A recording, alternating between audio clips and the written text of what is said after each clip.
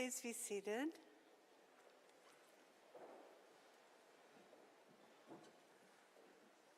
Hello, my name is Dr. Carolyn Baum.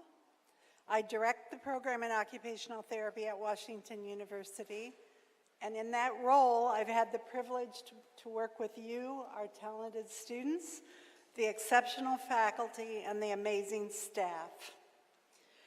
Graduates, it's my very special honor to welcome you and your families and friends. You are the 100th graduating class of the program in occupational therapy at Washington University.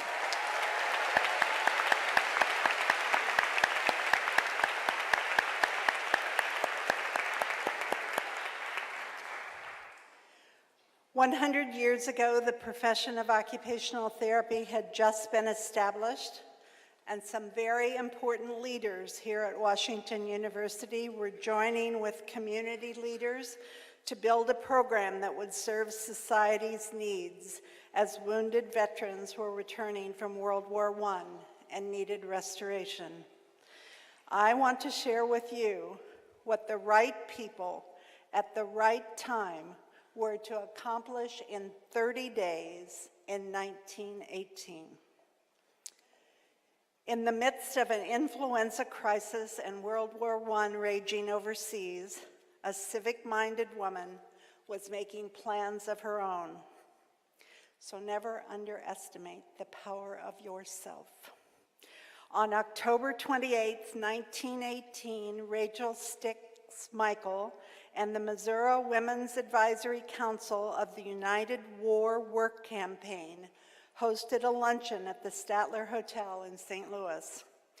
The chairman of the National Women's Committee was visiting to rally support to boost the morale of the American soldiers and provide them with recreational activities. Like many women of her social class and education, Rachel Michael found purpose and gratification in promoting social causes. Later that day, she called together a group of friends and outstanding citizens to explore the notion of a St. Louis school to educate women who could help restore the lives of the war wounded through occupational therapy. Enthusiasm for a new school ran high. No time was lost in drafting a course of study in an eminent field that employed occupation, mainly through arts and crafts, and as a curative measure for physical and mental ailments. These women were to be known as reconstructive aides. In early November, the Curriculum Committee met to discuss the program requirements, budgets, and a governing board. The St. Louis Junior League pledged to help launch the program, and a training school was established in a building erected to house the British Museum during the 1904 World's Fair. Eleanor Clark Slagle, a social worker and pioneer of occupational therapy, traveled to St. Louis to review and approve the plans. George Canby Robinson, the dean of Washington University Medical School, could not have been more pleased with the swell of the university and city support. Dean Robinson then served as chair of the executive committee that would create the school, along with Malvern B. Clopton, who had served as chief of surgery on the staff of the Baseball Hospital 21 in Rouen, France, and now was the chief of surgery at Washington University. Dean Robinson extolled the merits of OT and its holistic approach to medicine when he said, "It is during the period of convalescence that the battle of the spirit and the will is fought, and it is during this time that the disabled soldier decides what he will endeavor to make of his future." On November 25th, 1918, Robinson appointed Alice Dean as the director of the school, and later that week, the school welcomed its first class. Interesting, St. Louis Health Commissioner Starkloff and many of you students that know the history of Paraquad and the history of the Starclough Institute will recognize that name as Max Starclough's grandfather, gave the new school the city's stamp of approval on November 30th. The Chancellor of Washington University, Frederick Hall, sanctioned the program and said the value of occupation as an aid to the cure of nervous and other diseases has long been recognized, and with the return of our wounded and crippled soldiers from abroad, this is a means of restoring them to normal conditions of health. We, as a profession, you, as new professionals, continue this challenge today with societal issues that include our veterans, and because of medical advances, include millions of people challenged by illness, disability, and societal conditions. We start our second generation today by celebrating the graduation of students from 3 degree programs: the PhD in Rehabilitation and Participation Science, the Doctor of Occupational Therapy, and the Master of Science in Occupational Therapy. Graduates, you too will have a vision and will be the leaders of the next century of our profession. I speak today for the faculty and staff when I say that we are really proud of your accomplishments and appreciate the experience to have grown with you. I would like the faculty and staff to stand and recognize your accomplishments.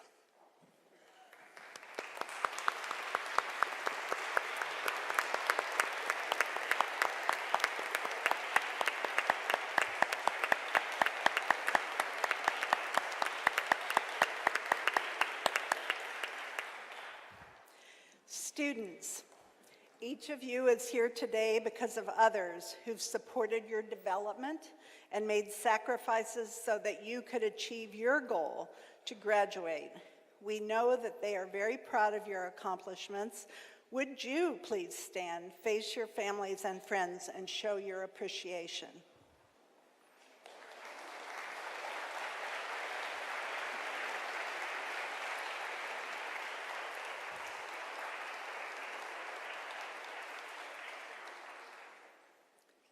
Thank you. We are very happy to recognize 2 of our faculty members graduating today. Erin Foster is receiving her PhD in Rehabilitation and Participation from the Graduate School of Arts and Sciences, and Jessica Dashner is receiving the Certification of Clinical Investigation. Please stand and be recognized.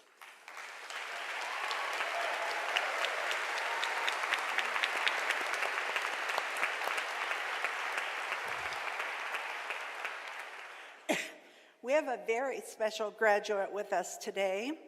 Barbara Morrow graduated with her Bachelor of Science in Occupational Therapy in 1968.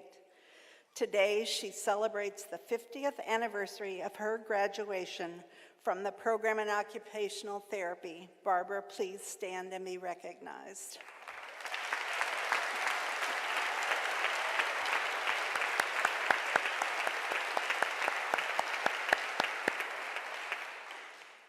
Today marks the final graduation ceremony for one of your instructors. Dr. Tim Shurtleff is retiring at the completion of this academic year. We would like to recognize him for his excellence in teaching. Dr. Shurtleff, please stand and be recognized.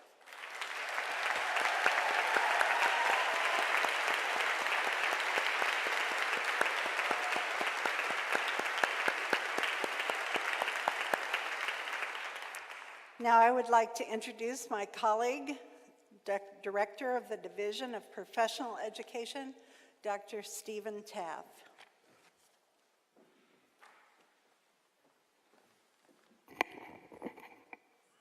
Thank you, Dr. Baum.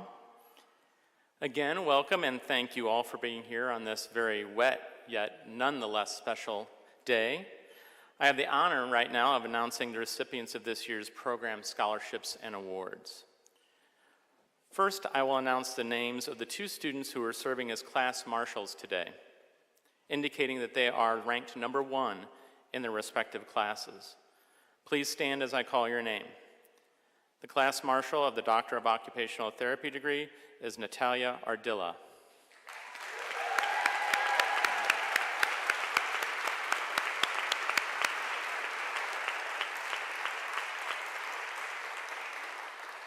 The class marshal of the Master of Science in Occupational Therapy degree is Laura Flanagan.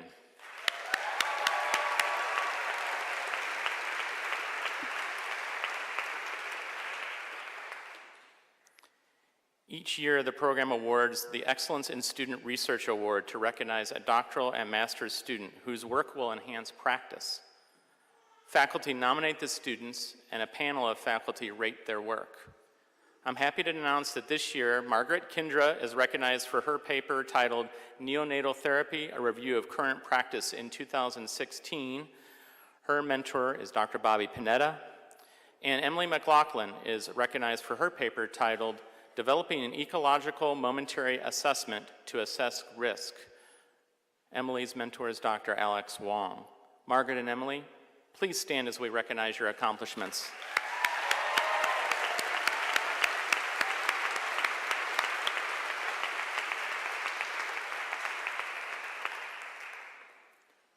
The program also awards scholarships that recognize students for outstanding performance in leadership.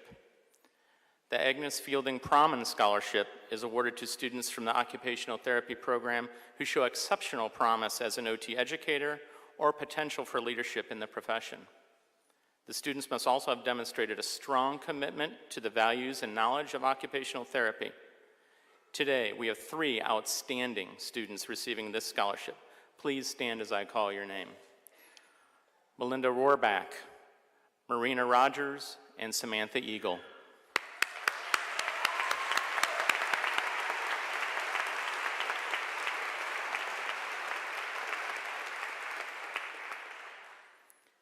The Robert B. Somerville Memorial Scholarship is awarded to students in the program in occupational therapy at Washington University School of Medicine. This award is granted to male students who have contributed to the program through student leadership. These are honor students who maintained a cumulative GPA of 3.5 or higher within the program, show potential for leadership in the profession, and demonstrate a strong commitment to the values and knowledge of occupational therapy. Please stand as I read your name. Patrick Zink, Chase Elwood, and Arun Selvaratnam.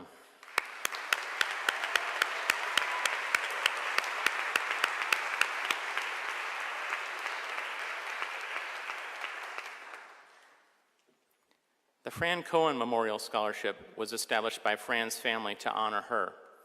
Fran was a 1951 graduate of the Washington University program in occupational therapy. The family awards this scholarship to a graduating student who shows promise in community health and community service in occupational therapy. The student must have demonstrated creativity in applying OT knowledge for people with disabilities and the potential for leadership in the profession. Particularly important is that the student must have demonstrated a strong commitment to the strong values and knowledge of occupational therapy that Fran Cohen definitely possessed. This year, we had 14 students who applied for this scholarship. 14. That's pretty amazing. This speaks to the service orientation of our students, as well as the growing presence of community-based initiatives to increase health and well-being.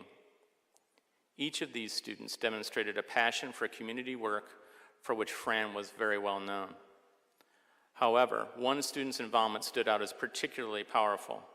I'm pleased to announce that this year's Fran Cohen Memorial Scholarship recipient is Claire Heisey. Claire, please come up to the stage to receive your award. Didn't think that one was coming, did you?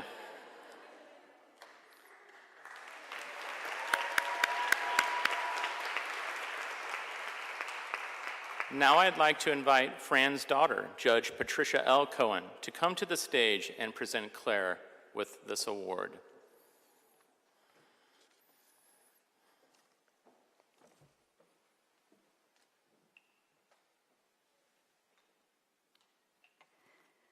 Thank you, Dr. Taff, and congratulations to all the graduates.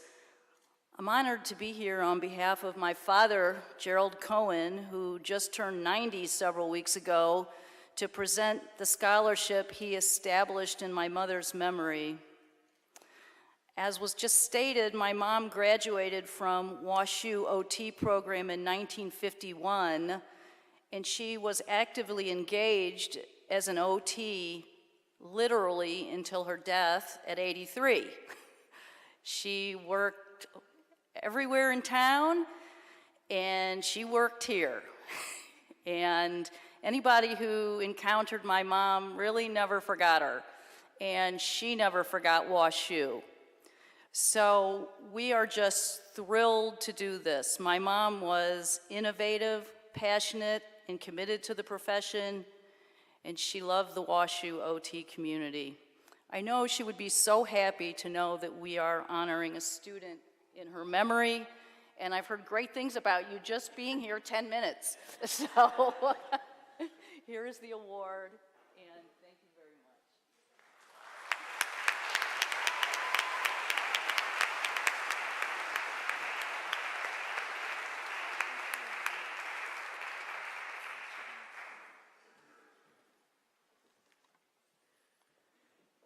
Thank you, Judge Cohen, and congratulations, Claire.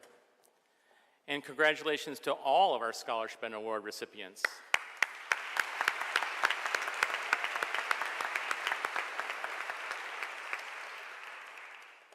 Now I'd like to ask Chase Elwood to come forward to introduce the commencement speaker.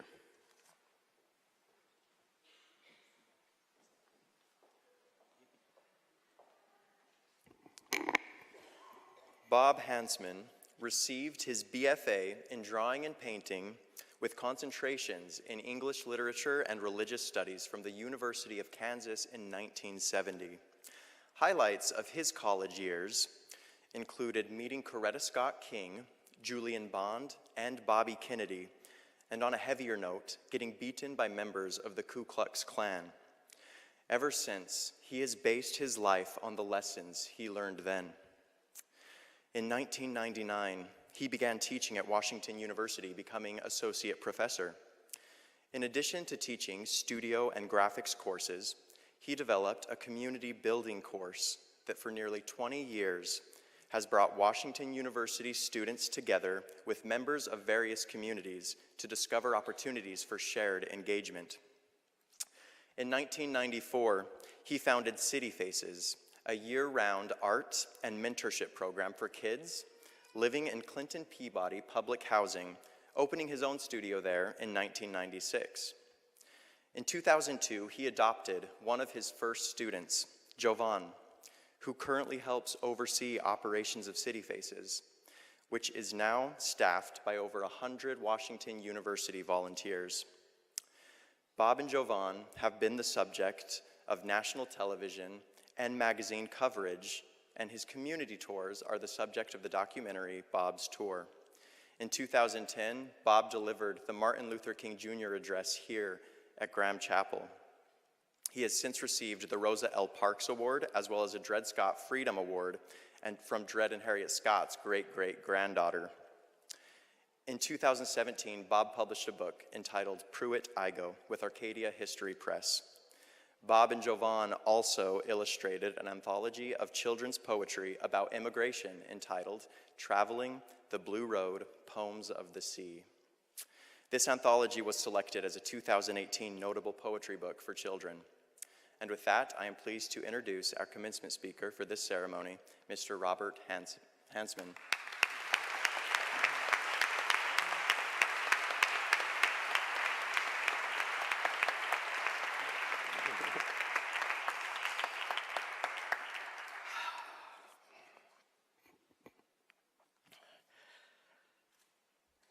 Academia is a funny place. Funny things happen here. A few years ago, I asked my community building students to make a huge map of the Hamilton Heights neighborhood just up Skinker. What I got looked like a huge street map. And I said, "Is that all you learned?" They thought about that and started adding pins and to denote buildings, St. Augustine, Ace Furniture. I bit my tongue. What else did you learn? They thought about that and said, oh, people. And they put pins on for people. Miss Lovey, Bernice, Jeffrey, Antoine. I just stared at them.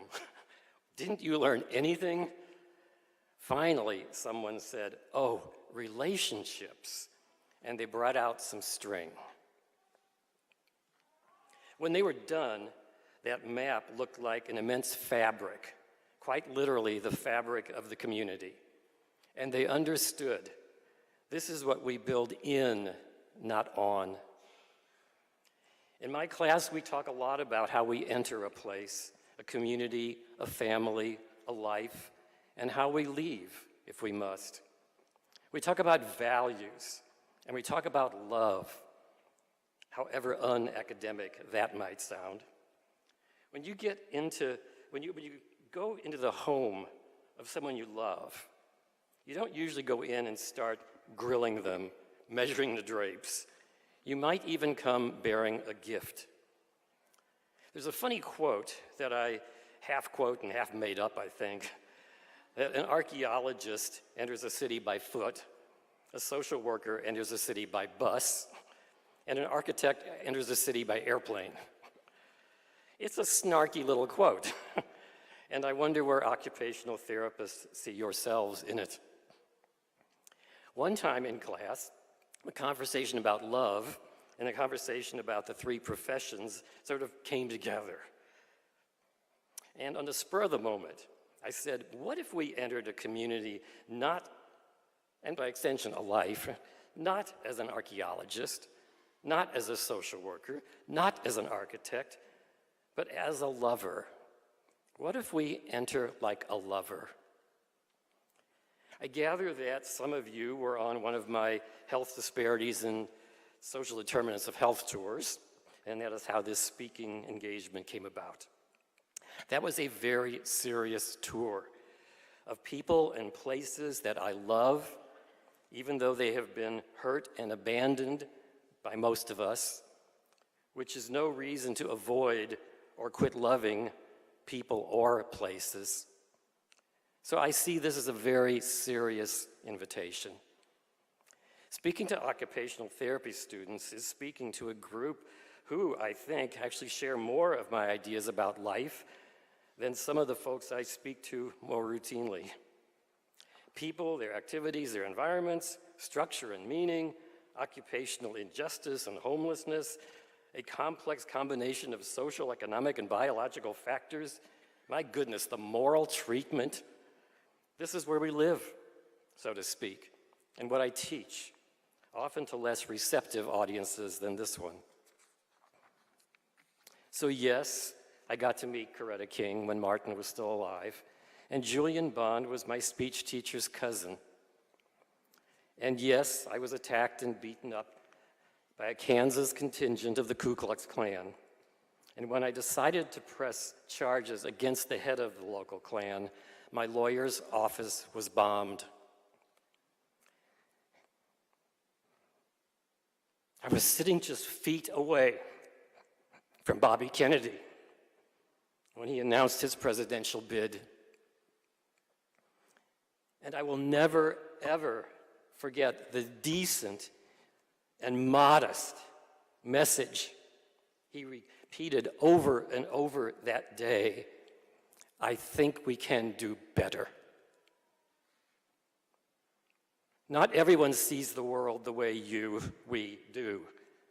On one of those tours, as I was showing places and telling stories about life in the world that I know, the content became so troubling to one student, so at odds with what she had been taught, that the only way she could square what she had been told her whole life with what she was seeing and hearing now was to accuse me of lying.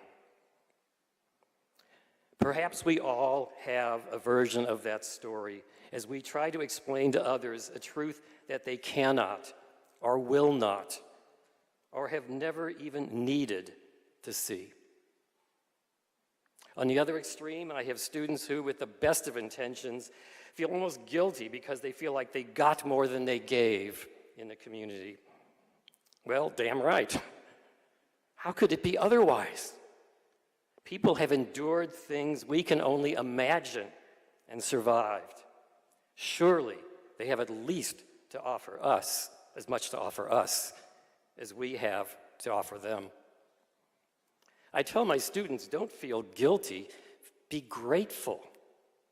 Accept their gifts with grace.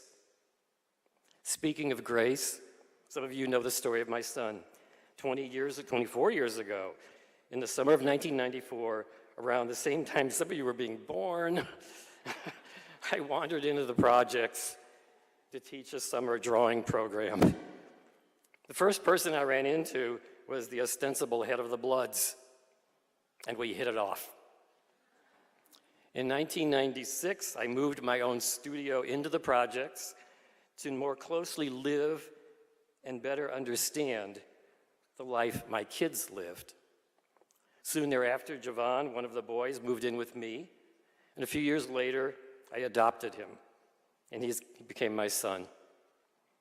You never know who is going to change your life, or how, or when.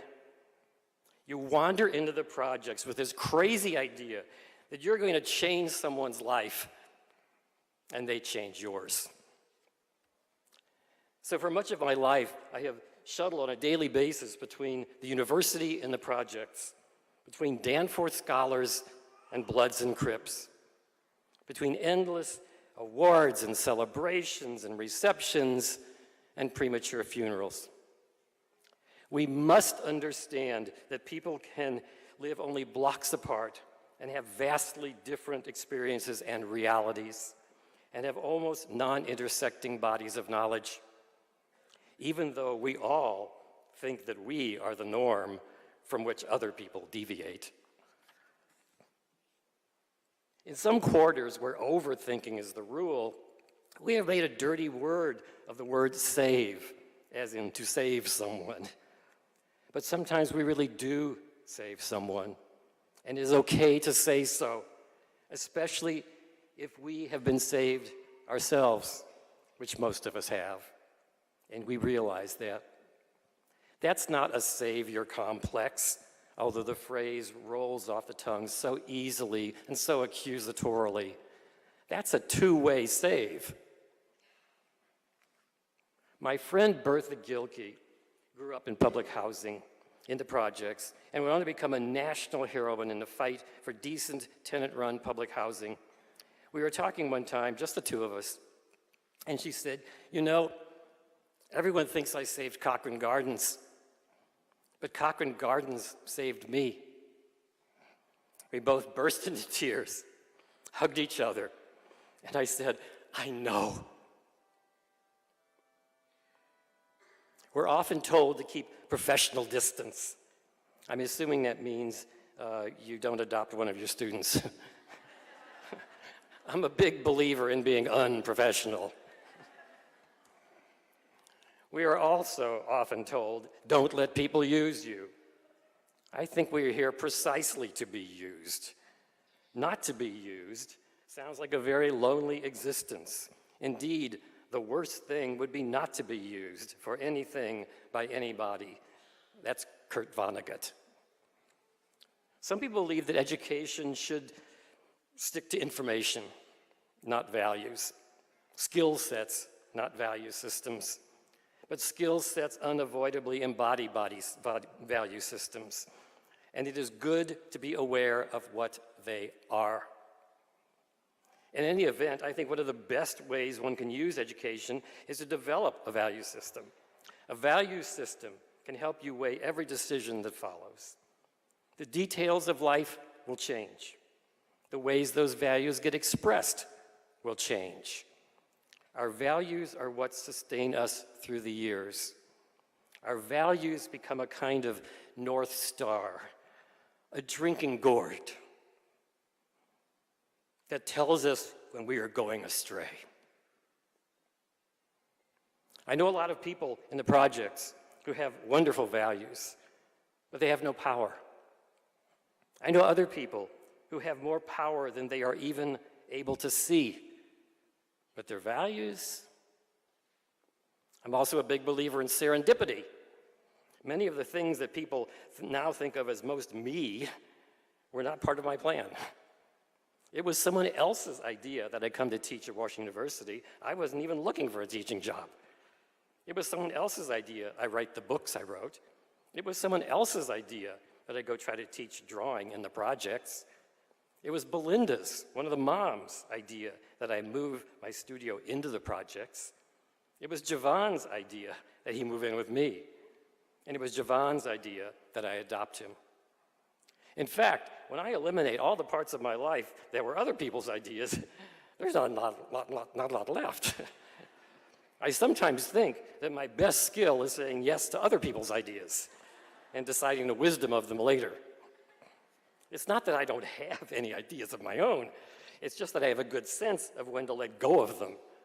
I shudder to think what my life would be like now if I had stuck with what passed for a plan when I was younger.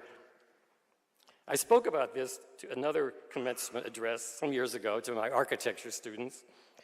I told them life's imagination was better than my own. It was an interesting moment.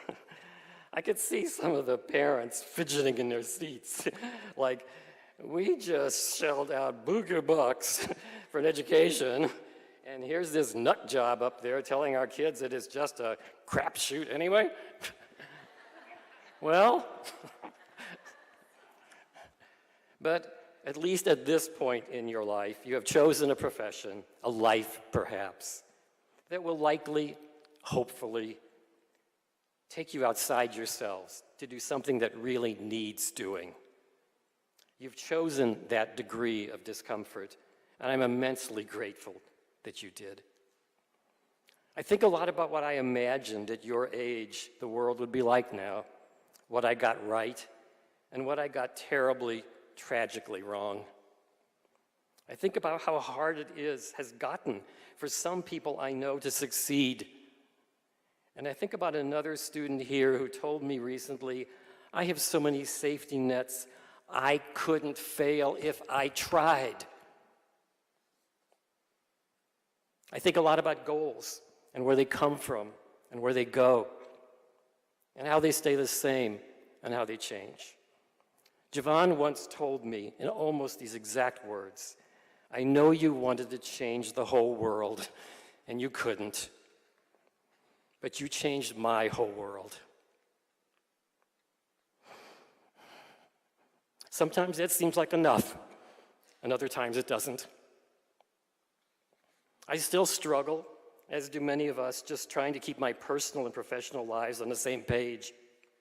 Sometimes it seems that the problems I'm trying to address in my professional life are the very problems I'm exacerbating in my personal life, in my daily personal decisions about where to spend my money, where to put the kids in school, where to live. Lifestyles, like skill sets, embody value systems with repercussions for others as well as for us, and it is good to be aware of what they are. It is, after all, for many people, easier to get agitated about where our paper cups come from than to deeply consider where other people's poverty comes from. I am thinking here about macroaggressions, not microaggressions. I'm also a big believer in living in gratitude, the real beating heart of prayer. Reality can be overwhelming, but if we're not a bit overwhelmed, we're probably not facing reality. It takes a certain maturity to be inspired by reality rather than simply overwhelmed by it or bummed out by it or put off by it, and to actually do something about it, not just content having enlightened opinions, but to actually change our lives to address it, which is where you re-enter the picture. So getting back to that fabric of the community that the students created, is all about relationships. And relationships mean trust. And relationships mean love and the ability to see things in people we might not have expected to see. We assign each other our roles and we see those instead of who people really are, instead of who we really are. You probably cannot tell as I stand here speaking to you today, but at one point in my life, I was homeless.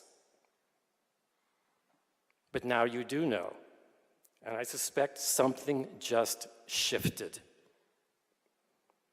I knew a homeless man who wrote poems. Some people were surprised that the homeless man wrote poems. Other people were surprised that the man who wrote poems was homeless. I sometimes think we learn about ourselves by learning about other people, and we learn about other people by learning about ourselves.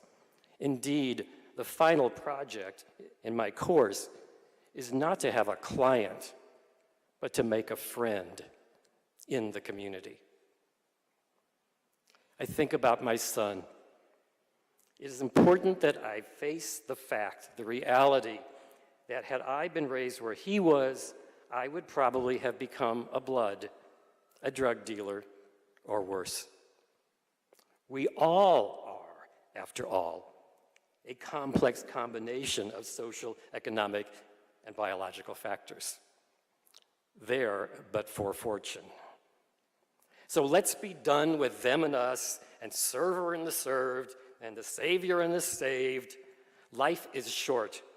We can't experience everything firsthand. We must learn to listen, and there are many different kinds of people to listen to, with many different kinds of expertise, just as there are many different kinds of power and many different kinds of people who shape us.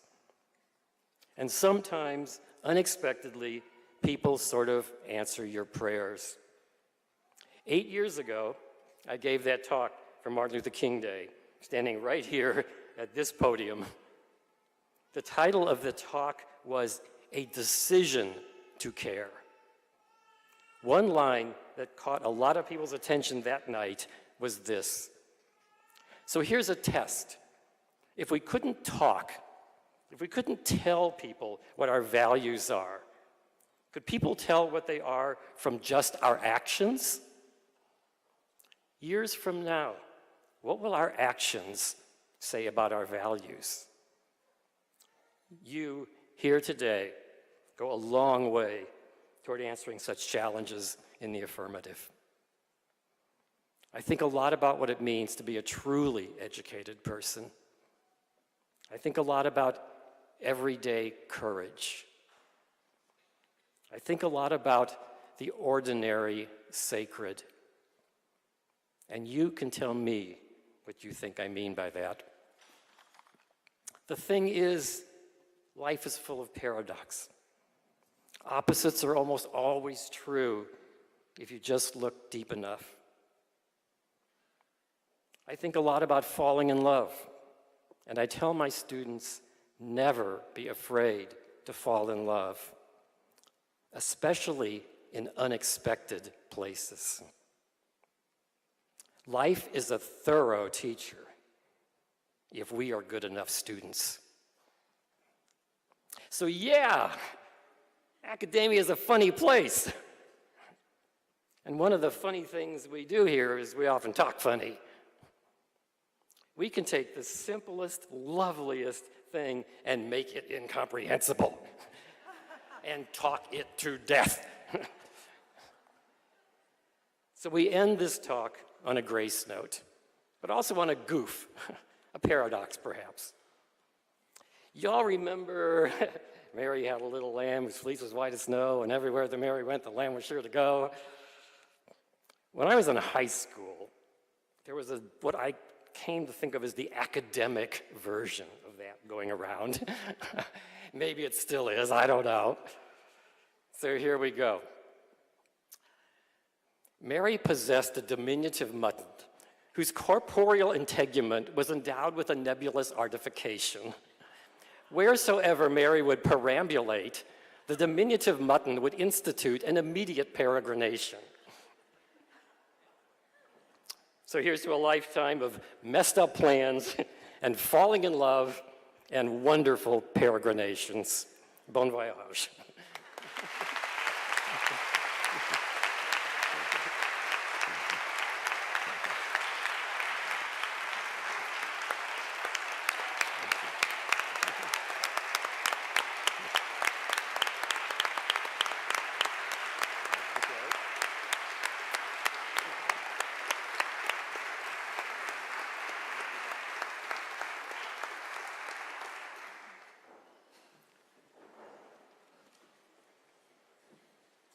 Thank you, Bob.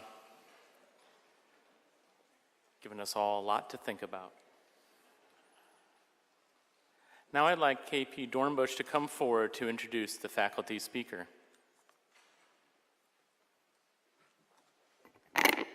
Sorry, I'm short.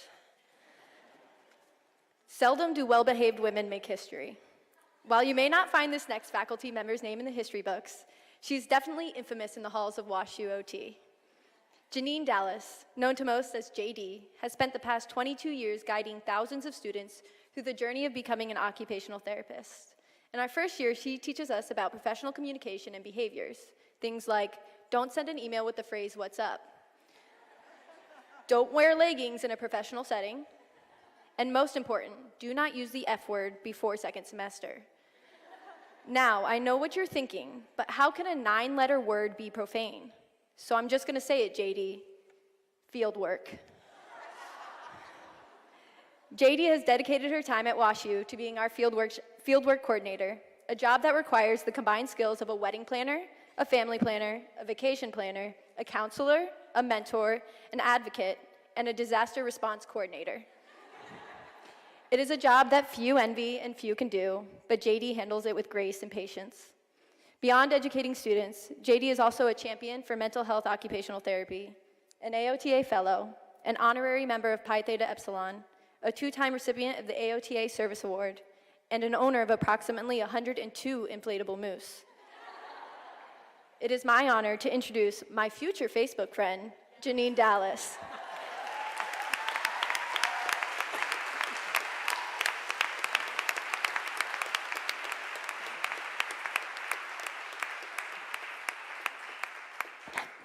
Oh boy, I get to follow that. Well, thanks, KP.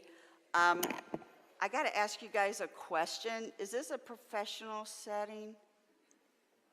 What do you think? Should I not be wearing these?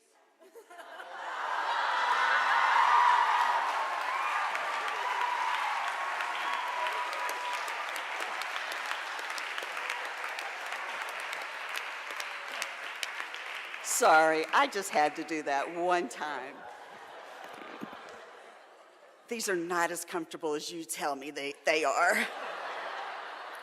And I actually thought I was going to be sitting in the second row, so you saw me squirming a little bit.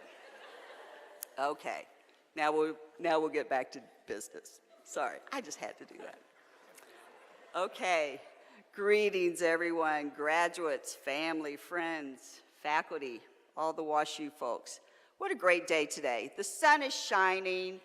It is gorgeous out there. Every graduation day is sunny.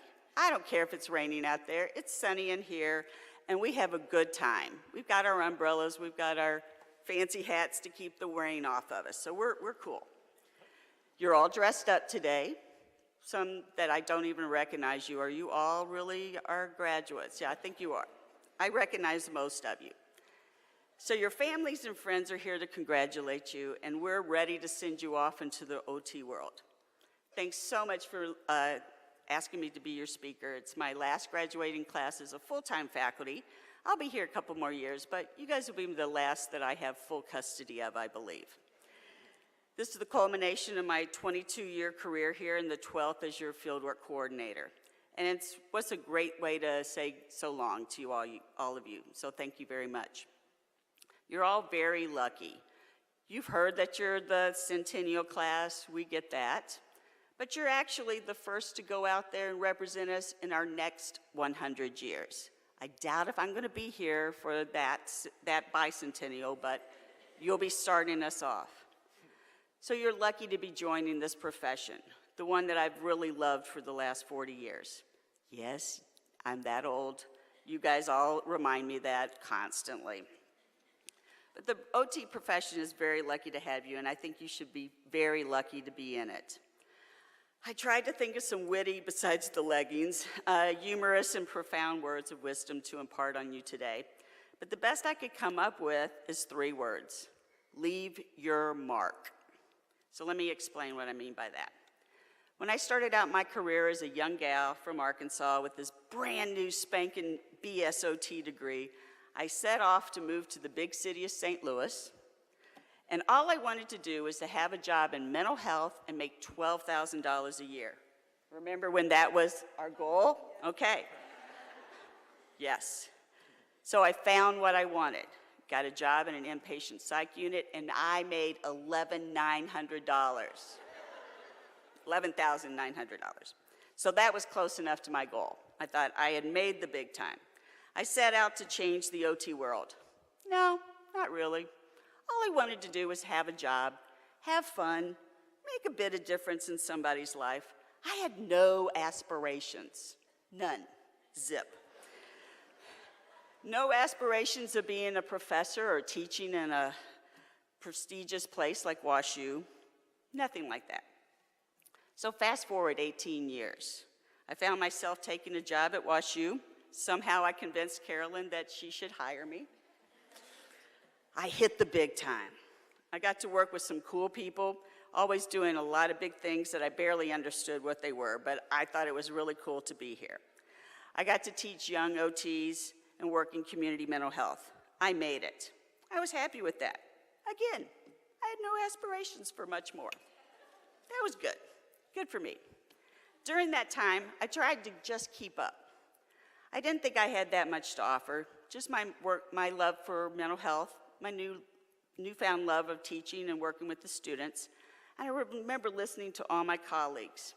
They tell of their successes, papers they wrote, grants they got, presentations they were making all over the world. I really didn't think I could live up to them. So I made my mark in a different way, I believe. I showed up every day. I did the best work I could. I was responsible with deadlines and assignments, correct? I was always on time. I came up with the occasional witty remark or two, nothing really that earth-shattering. Well, 12 years later, it took me a while to realize that I did leave my mark, but I think I have. I've got 100+ customized moose in my office. I've shown many of you parents those in person and on pictures of the moose of remembrance from people, not to mention some of the things KP said that I might have left you with. So here's my challenge to you all today. Don't really be like me. Don't wait 40 years to leave your mark. So I may not be the best role model. True confession time here. But I want you to start to leave your mark today. I believe you've all really have made your mark already on WashU.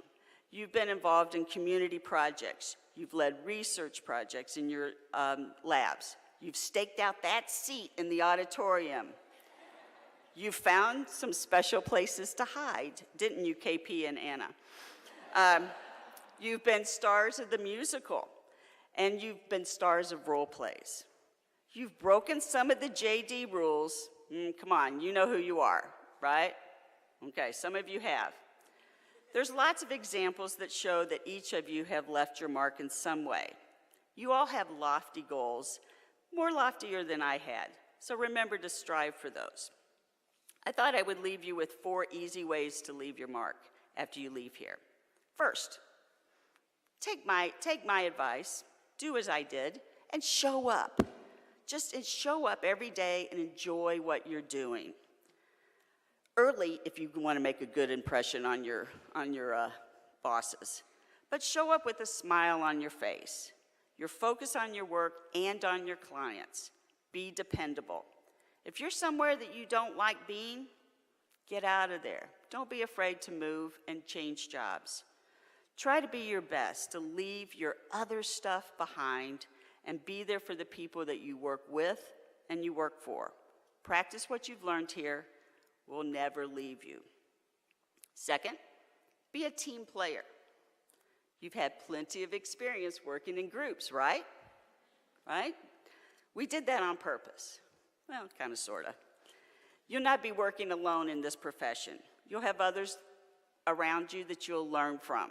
Seek those out if you're working someplace that you don't have that. Seek that out. Share with others. You'll be leading at some point. Take pride in being that team player. Pull your weight. Don't be afraid to compromise. It's not about getting your way, but by being your best for your client. Practice honestly.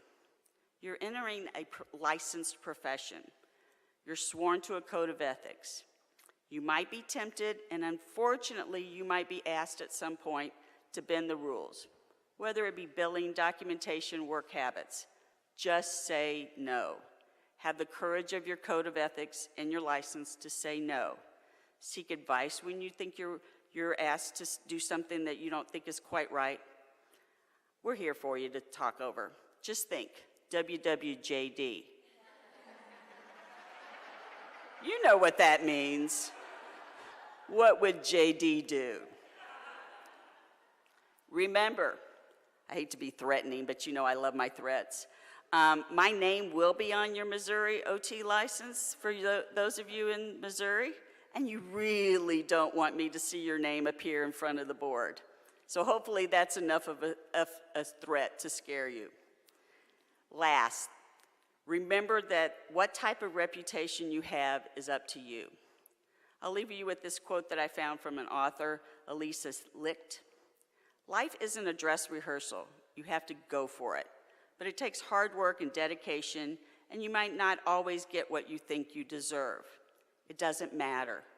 Handle yourself with professionalism, and remember that in business, your personal brand is your greatest asset. Mind your reputation, and the rest will come. So I hope I'm leaving WashU with a good reputation. I don't know about the leggings part, but hopefully I'm leaving here with a good reputation. And that's how I know that I've made my mark. I look forward to following each of you for the next 6 months during your fieldworks and the beginning of each of you leaving your mark on the OT world. So thank you very much.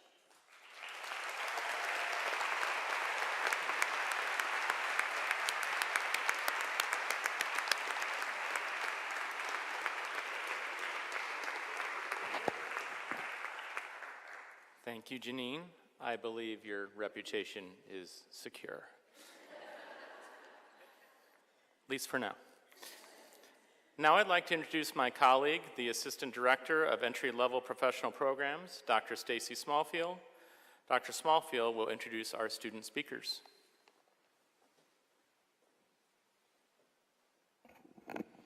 It's my privilege to introduce KP Dornbush, who was chosen this year as the OTD class speaker. KP is a 2013 graduate of Palm Beach Atlantic University with a Bachelor of Science degree in psychology. At Palm Beach, she was recognized as Outstanding Graduate in the Department of Psychology and also received the Servant Leadership Award. Here in the OT program, KP served as both president and vice president of the WashU Student OT Association and also served as the coordinator for St. Catherine's Challenge, which is a national fundraiser for occupational therapy research. She is also a member of Pi Theta Epsilon, the Honor Society for Occupational Therapy Students and Alumni. KP was a member of the Disability and Community Participation Research Lab, where she was mentored by Dr. Jess Dashner on the development of the Community Health Environment Checklist Mobility short form, or better known as the Check Mini. I personally had the opportunity to work with KP as my course assistant this past fall in the theory course, and I have no doubt she made significant contributions to the learning of her peers. She is passionate, dedicated, hardworking, and creative, and I look forward to watching her make significant contributions to the profession in the years ahead. Again, it's my pleasure to introduce KP Dornbush as your OTD class speaker.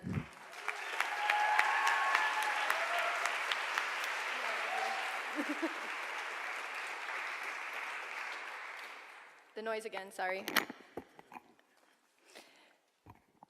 What an incredible honor it is to stand here today on the 100th anniversary of the founding of our program. To the parents, friends, family, and loved ones who have gathered today to celebrate with us, thank you. Thank you for endlessly loving us and supporting us over these past few years, for believing in us when we could not believe in ourselves, and most importantly, for being our mock patients and enduring countless cognitive and physical assessments. To the faculty and staff, Nelson Mandela once said, "Education is the most powerful weapon which you can use to change the world. Every day you are changing the world by challenging students to grow, learn, and achieve." I truly believe that investing in other people is one of the most honorable responsibilities a person can shoulder. So thank you for educating us. Thank you for believing in us, and thank you for investing in us. I promise you, we will change this world. Now, to my classmates and now colleagues. I have thought long and hard about what I would say to you today, and here's what I've come up with. It depends. As you know, in our first year, we find that the answer to most questions in OT is, it depends. Like many of you, I hated this answer. I just wanted to know exactly what to do in any situation. However, over these past few years, I've come to find that it is the it depends in life that makes it so beautiful, that each and every one of us is on our own journey to figure this world out. So although it depends, and there's nothing I could say that would be perfect for each of you, I'm going to tell you the 3 most important things I learned in my time here at WashU. First, change takes time. 100 years ago, the founders of our program could not have imagined that we would be standing here today. Change happened over a long period of time, prompted by people who challenged the status quo.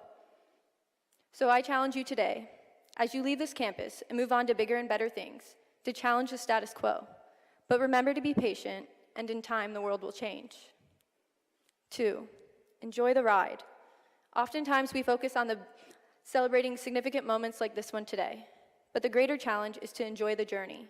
Enjoy the moments between the big accomplishments, the laughter of friends, the love of family, and the moments of peaceful silence. These are the moments that truly make life worth living. These are the moments that bring meaning to it all. And lastly, believe you can. The greatest gift my parents gave me was their undying belief in my ability to do anything I set my mind to. Believing you can will carry you farther than you know, and it is the reason that many of us will cross this stage today. And when you're finding it hard to believe that you can, just remember, you are smart, you are capable, you can do this.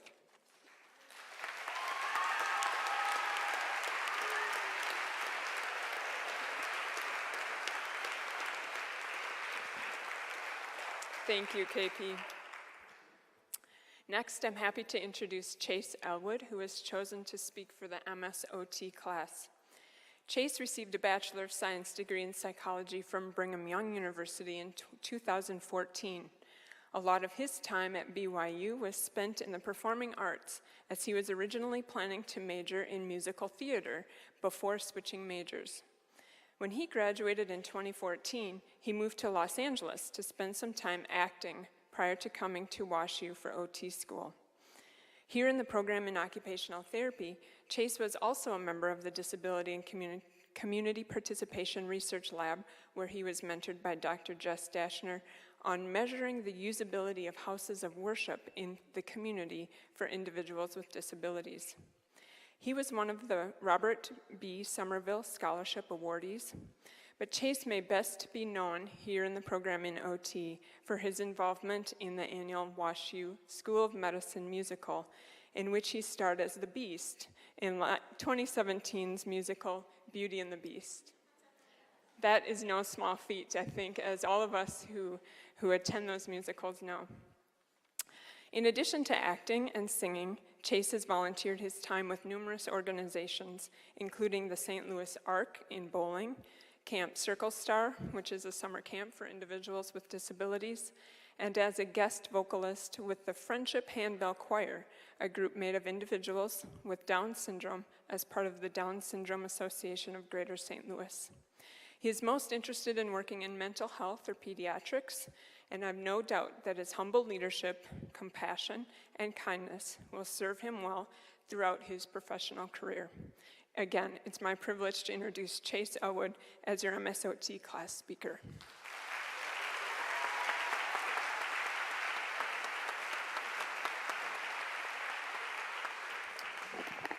I guess I'm a little taller than KP.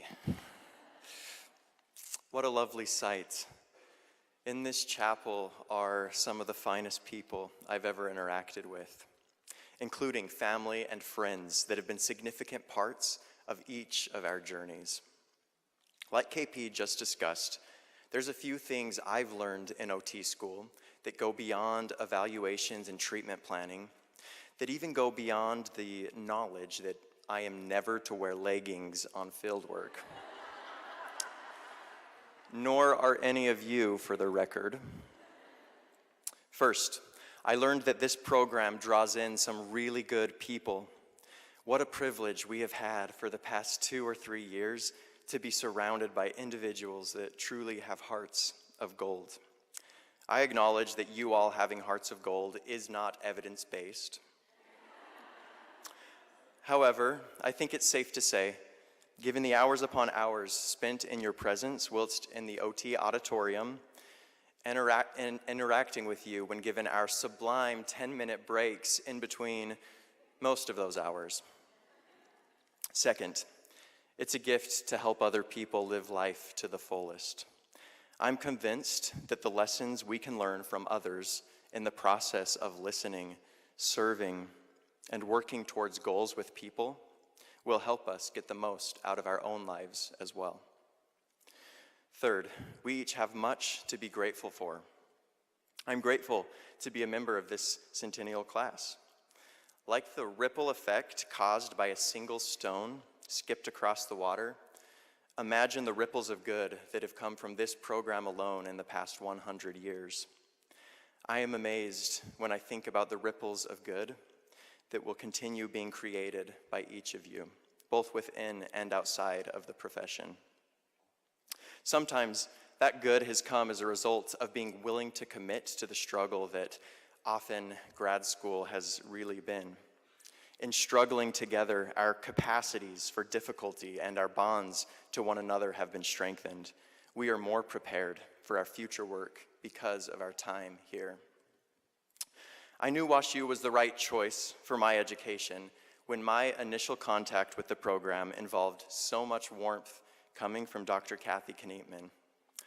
This program values us as individuals with unique experiences and thus unique gifts to offer the world. The faculty here genuinely care about us. From Tim's heartfelt expression in class regarding the importance of mental health, to Monica's soothing voice, to Vicky's open door for that extra help with anatomy, to Dr. Baum guiding me in the direction of the first aid kit when I fell and scraped my hands on some uneven Central West End pavement, which has since been fixed, by the way. We are more prepared for, or the list goes on for each faculty member. Finally, we have a WashU family that I hope each of us will stay connected to, even if that simply means spontaneous reunions at an annual conference here or there. As individuals with a desire to help others and that now see the world through a lens highly valuing participation in life's activities, let's never forget the impact that we can have on people at any given time, in any given place. Thank you for the impact you've had on me. Congratulations, my friends. I'm looking forward to creating more ripples in the water with you. Thank you.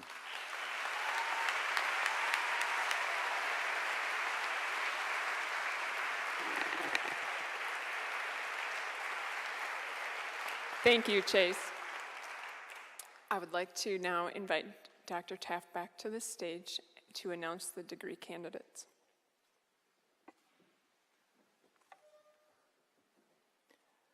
We will now recognize those who have completed the academic requirements for the degree of Doctor of Rehabilitation and Participation Science. The student's name will be read by Janine Dallas, and her PhD advisor, Dr. Carolyn Baum, will hood the candidate.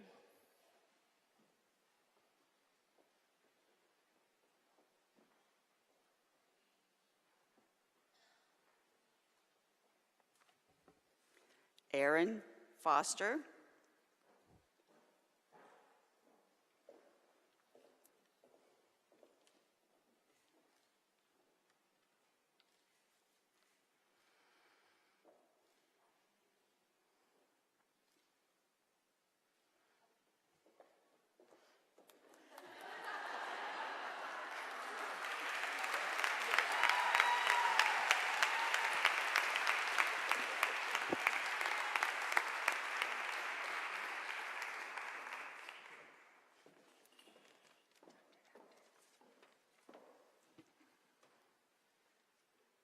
We will now recognize those who have completed the academic requirements for the degree of Doctor of Occupational Therapy. The students' names will be read by Janine Dallas, and their doctoral advisor will hood them. First student is Rachel Heeb. Dr. Bakshi's student will be hooded by Dr. Steve Taff.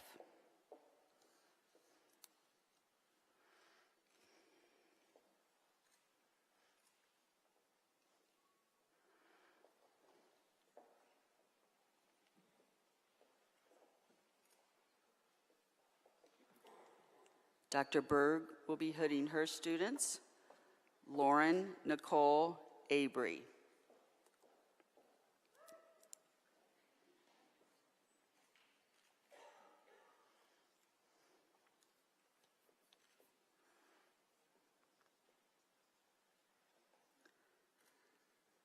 Natalia Maria Ardilla.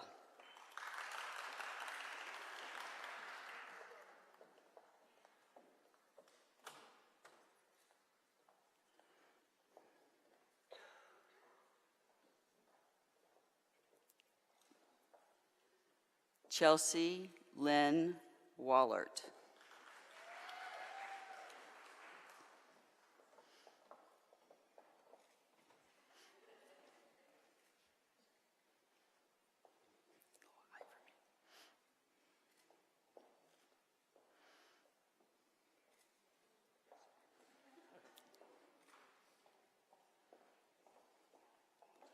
Dr. Jess Dashner will hood her students, KP Dornbush.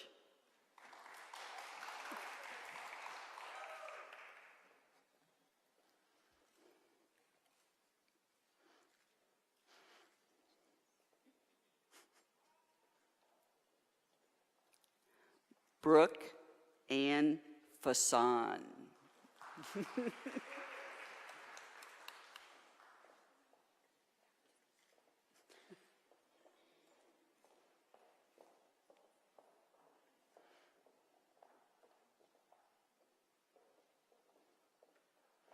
And Corey Sessions.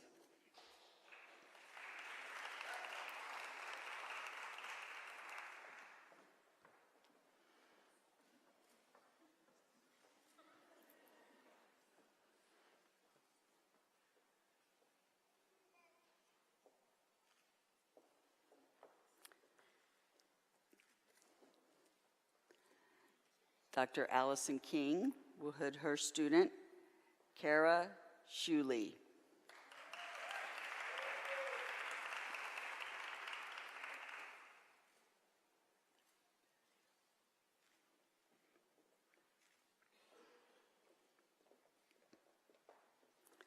Dr. Pat Nellis will hood her student, Stephanie Lynn Kibbe.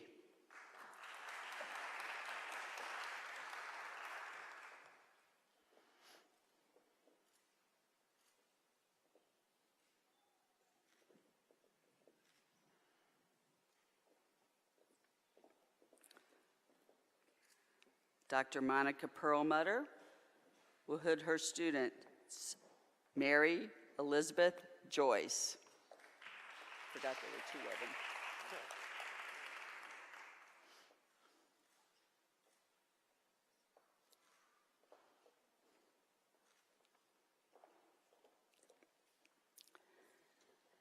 And Rachel Lee Kozolinsky.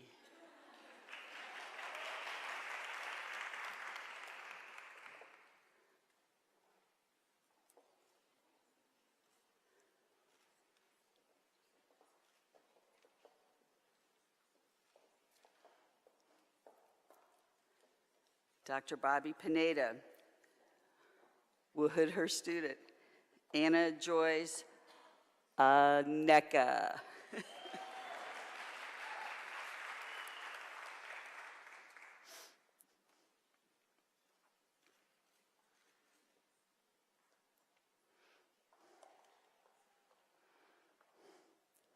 And Sarah Wolf. Hey.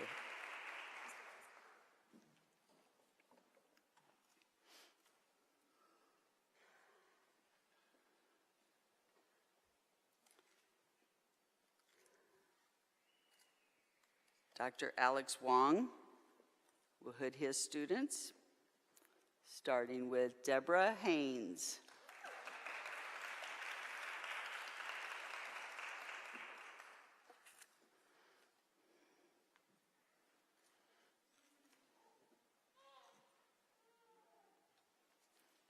Emily McLaughlin.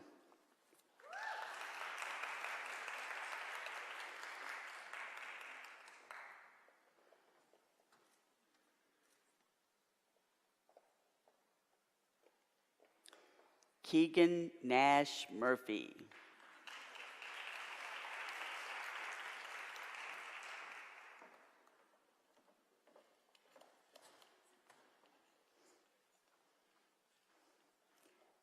And Caitlin Mary Strobel.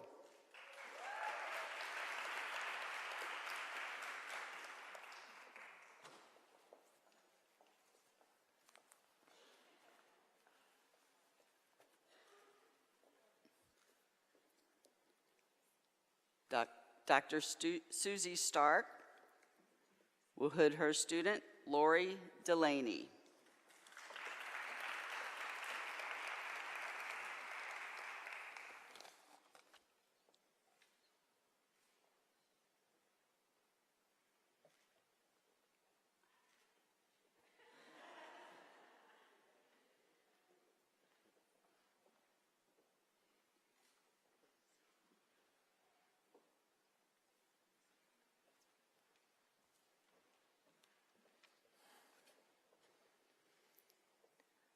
We will now recognize those who have completed the academic requirements for the degree of Master of Science in Occupational Therapy. The students' names will be read by Janine Dallas, and Dr. Jessica Dashner will hood them.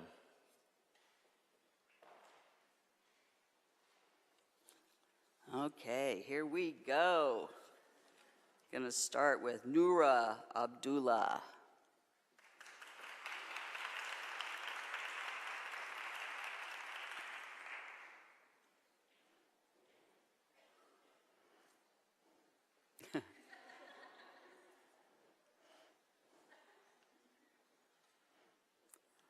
Jonathan Basso.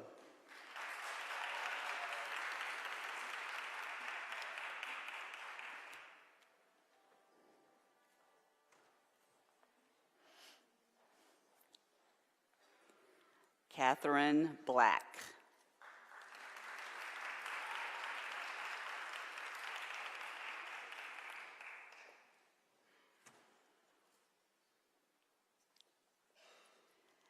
Amy Lawson Broadway.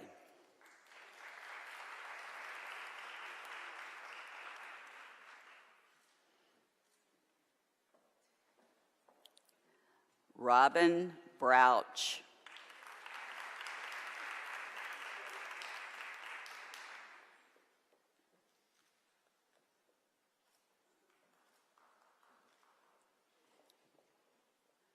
Alexis Cirencioni. I got it. I got it.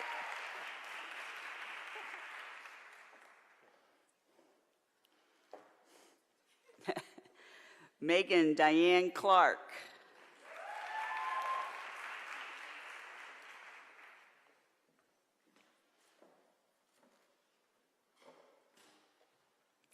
Susanna Helen Crowley.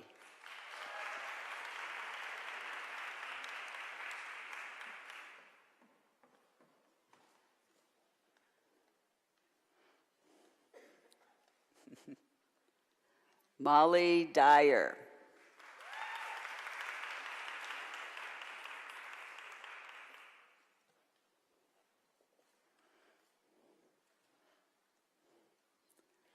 Samantha Eagle.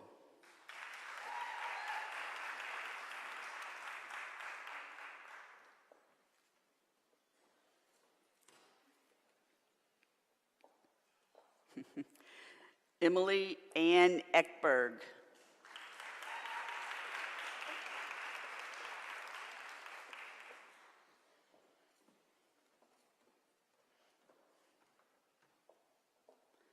Chase Aaron Elwood.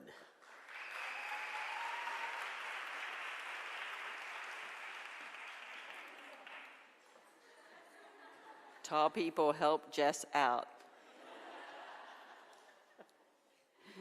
Jessica Erb.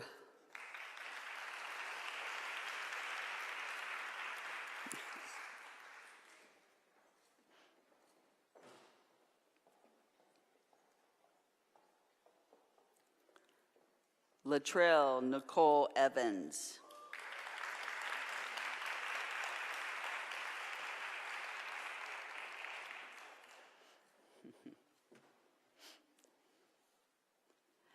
Shelby Evans.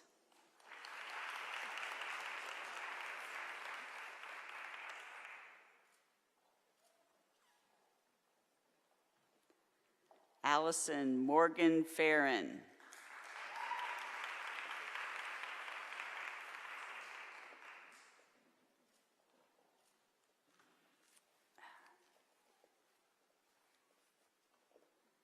Laura Jo Flanagan.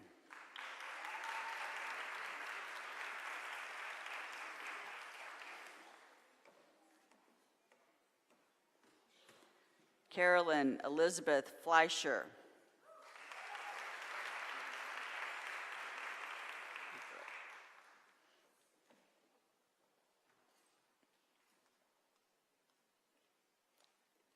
Jenny Flint.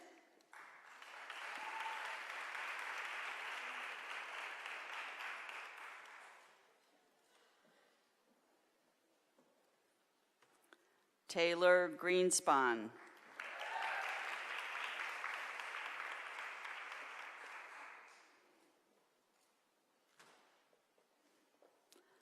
Alana Nicole Hansen.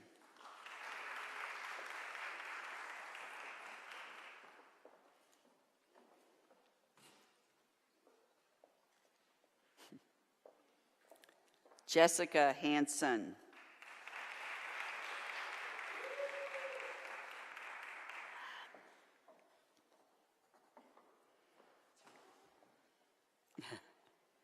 Technical difficulties.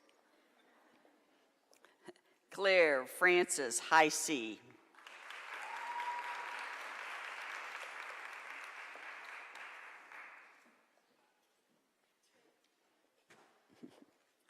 Kelsey Hegel.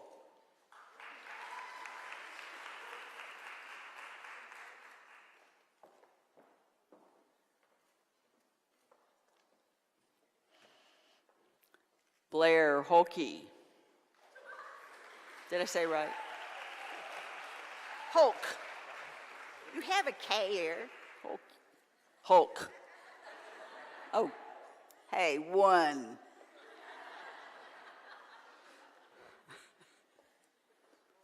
Okay, Emily Ann Holzauer.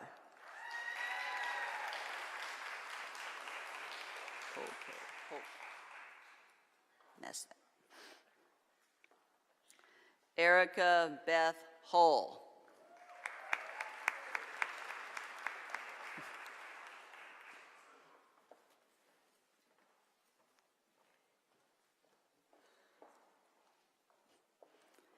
Amy Jacobson.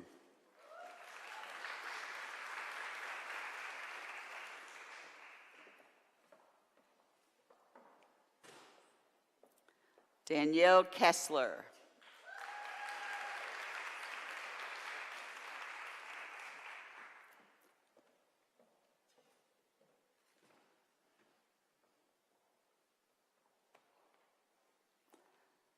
Margaret Kendra.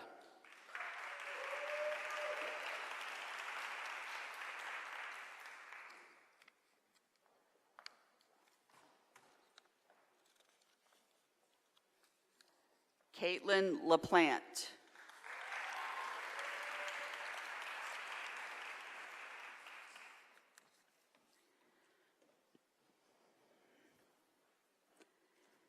Hannah Young Wan Lee.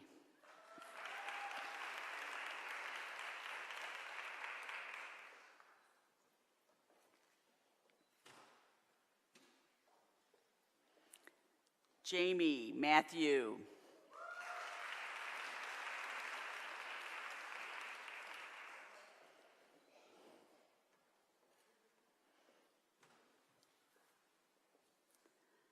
Jamie Keelan Meyer.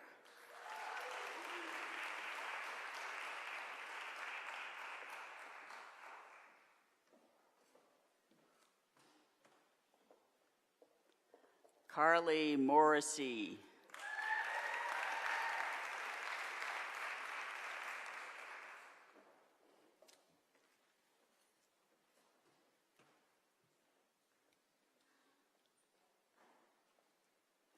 Rachel Munoz.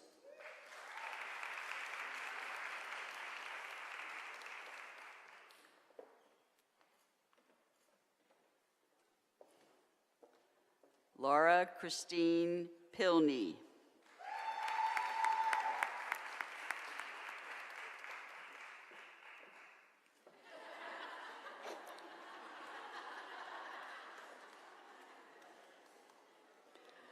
Claire Kempen Reichenbacher. Baker.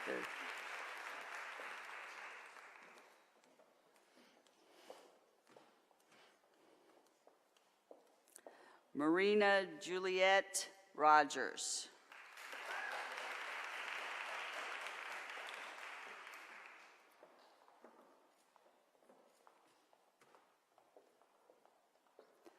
Mindy Rohrbeck.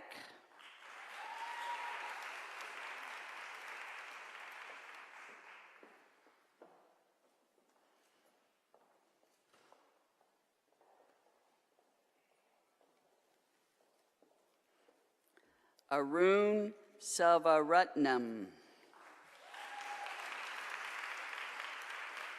Way to go.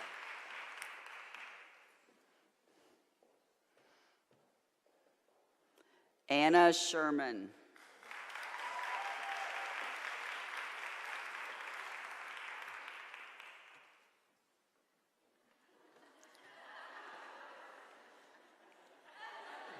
It's hard on your knees. Catherine Bridges Sigmund.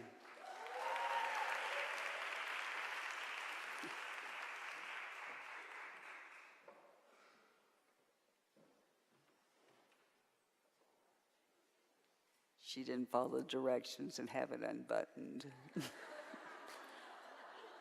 Just had to call her out. Lindsay Nicole Smith.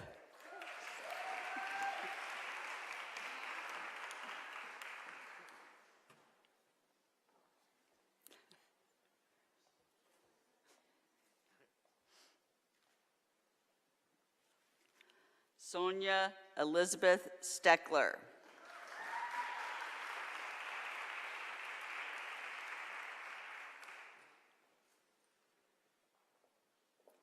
Carmen Swanson.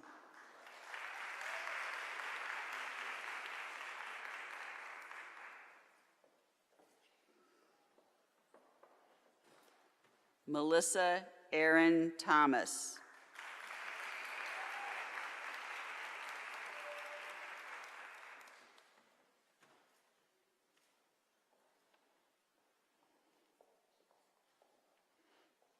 Emily Rain Wilson.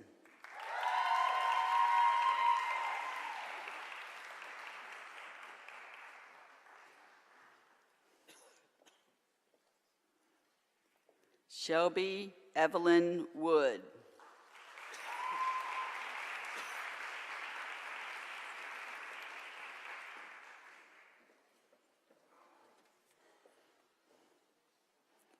And Patrick Zink.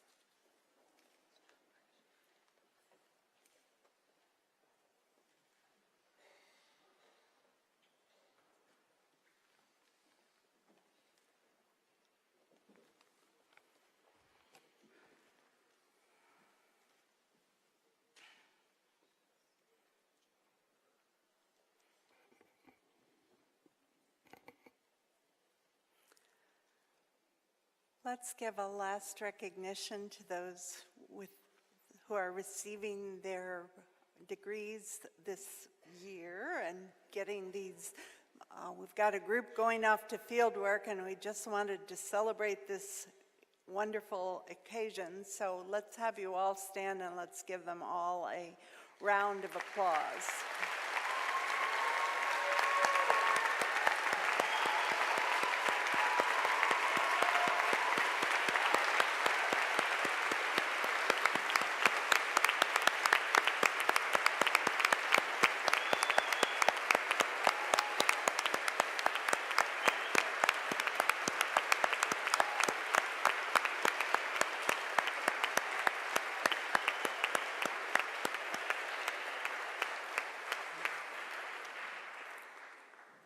Students, today you've gotten some extraordinary words of wisdom from your classmates, from your graduation speaker, and from JD.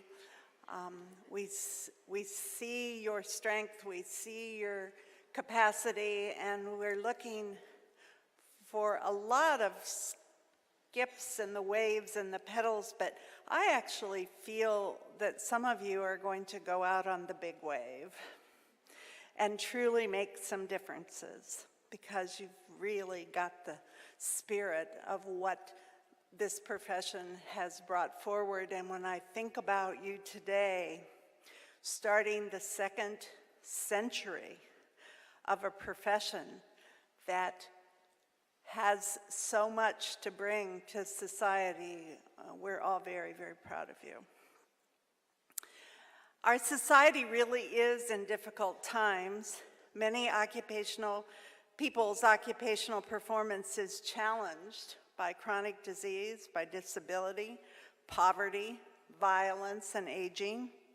You've chosen a profession where you have a major role to be of service to society, to individuals, to families, and to communities. You really have a unique lens. As occupational therapists, you identify people's capabilities, the occupations that are important to them, and the barriers they face that have to be overcome to do what they need and want to do. You're really trained to address the occupational performance issues of people and to work across the lifespan and across the continuum of care to enable people to do the ordinary things that are central to their daily lives. Some of you have actually prepared to do this work in a global context. All of you are well trained, and as your faculty, we see such strength of character, and you will change people's lives. As you enter the profession at the dawn of its second century, you will have many options for jobs, and I know you and your parents are happy to hear this. But you also will have many opportunities to lead. We're in a health system that's bridging between medicine and community, and your body of knowledge will be really instrumental to making that bridge for people as they go to live their lives. As you graduate today, society is facing the largest population of older adults in history. There are 75 million baby boomers on the verge of retirement, and for the next 20 years, 10,000 people will reach the age of 65 every day. We already know that they will want to remain independent as they age. There are more and more children who started their lives with special needs, who need transition to adult and independent roles. There are many workers who have been injured or experience mental health problems, and even more workers who want to stay active and productive as societies change and workers age. Actually, there are more than 50 million people with disabilities in the United States alone, and millions more with persistent mental illness, all who want quality in their lives and the opportunity to participate in their families, community, and society. You have the knowledge and skills, and I must say also the heart, to make a difference in their lives in both healthcare and community programs. As you graduates know, the faculty and I share with you the responsibility to use our knowledge of occupation and how it influences health to build the future. As I look out at you today, I see the strength of your commitment to your profession and to those you will serve. I really do see the future leaders in pediatrics. So many of you are interested in the issues of children and families.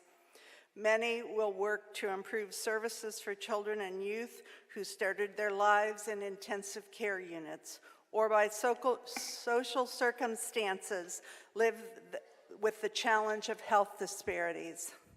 Others will make a difference with children and family coping with the issues of developmental disabilities, autism, obesity, cancer, and sickle cell disease. I see among you clinicians who will build new systems of care for our nation's elderly. You will help them age in place, be safe in their homes and communities, plan for driving retirement, and help them modify their environments to accommodate their changing sensory, cognitive, and motor systems, all with the goal to keep them socially engaged with their families and communities. So many of you have already contributed to identifying accessible environments. You will now have to explain to everyone you know what is good or what needs to be corrected about every restaurant, theater, or place of worship you enter. The families will learn a lot. You all will challenge existing models of care and build new institutional and community services, as well as functional work environments. Others will help people recover from neurological injuries and trauma. Some will be leaders in helping those with cancer live meaningful and productive lives as they navigate the issues of survivorship. You are all challenged by the issues of managing health. Your leadership in building self-management programs will become vital to ensure people have the knowledge and skills to manage their health problems and remove barriers that limit their potential for participation in health. Some among you have turned your love of animals into therapeutic approaches, and others have built on their technology skills to develop innovative interventions. Several also have raised issues of how we can use our lens to improve the experience of graduate education and improve educational methods. All of you are going to help families and communities learn to engage those with occupational challenges and will help people see the power of their action and activities as they adapt to life circumstances. I see a lot of practitioners who will improve people's lives. Among you are scientists who will continue your education and contribute knowledge to the field, and educators who will facilitate leadership and teach the next generation. All of you will bring new levels of understanding of the importance of occupation as it supports health, and we know that you will bring evidence and client-centeredness to your work. You are the future of the profession. I hope 50 years from now, you can look back at the pleasure and successes you've had contributing to your families, your profession, and your communities, and you will join the class of 2068 as you celebrate your 50th graduation. I wish you all joy in the experiences you will have as you help people live their lives.